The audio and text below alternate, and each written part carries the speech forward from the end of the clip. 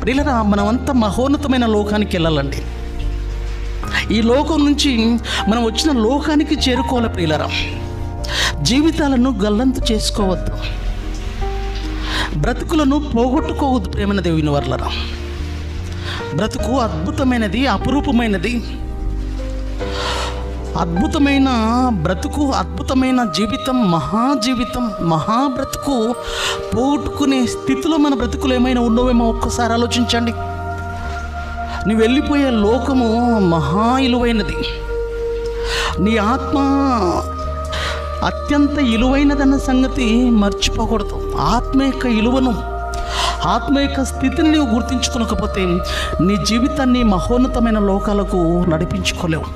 ఎక్కడి నుంచి వచ్చావో అక్కడికి చేరడం కోసం, ఏదైతే ఆ లక్ష్యాన్ని సేధించాలో, అవరోధించాలో, ఆ మహోన్నతమైన లోకాన్ని అది అందించుకోవడం కోసం, అది దక్కించుకోవడం కోసం నీ బ్రతుకులో ఏదో ఒక వారానికి పరిమితమైతే నీ భక్తి ఆ జీవితం దక్కదు.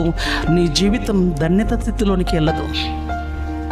ధన్యత స్థితిలోనికి వెళ్ళేవారు ఎవరు అంటే, అనుదినము నా గడప యొద్ద కనిపెట్టుకొని, నా ద్వారబంధముల యొద్ద కాచుకొని, నా ఉపదేశములు, నా వాక్యపు ఆలోచనల కోసము కనిపెట్టుకొని ఎవరైతే ఉంటారో వారి బ్రతుకులు, వారి జీవితాలు ధన్యములు, ధన్యములు, ధన్యత. అది కదా దేవుడు కోరుకుంటున్నది. ప్రేమైన దేవుని వారలారా, ఆలోచించండి. అనుదినము, ప్రతిదినము ఆలోచించాలా? అవును, ప్రతిదినం ఆలోచించాలి. నువ్వు ఆలోచించట్లేదు పోషణ కోసం. ప్రతిదినం ఆలోచించాలా పోషణ కోసం. నిన్న తిన్నావు కదా, ఈరోజు బ్రతుకు వచ్చేసి నీ జీవితంలోనికి, ఈ రోజులోనికి వచ్చేసావు. నిన్న తిన్నావు కదా, నిన్నటిది నిన్నటికే, ఈ రోజుకు మళ్ళీ 3 పూటలు. మరి నిన్న విన్నాను కదా వాక్యం, ఈరోజు కూడా అవసరం. నిన్నటి జీవితానికి, నిన్నటికి ఇచ్చిన అవకాశానికి నిన్నటి వాక్యం.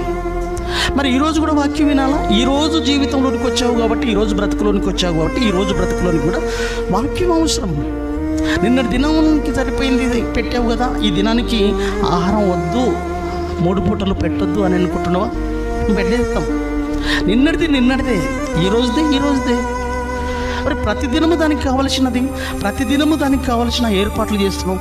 ప్రతిదినము భోజనం చేస్తున్నావు శరీరానికి, ప్రతిదినం తింటున్నావు. మరి ప్రతిదినం తింటున్నప్పుడు ఆత్మ యొక్క విలువను గుర్తించావా? ఆత్మ యొక్క విలువను నీవు గుర్తించగలిగితే ప్రతిదినము ఆత్మ కూడా వాక్యం అవసరం అన్న సంగతి ఆలోచించేదాను. ఎవరు చెప్తారండి మనకు?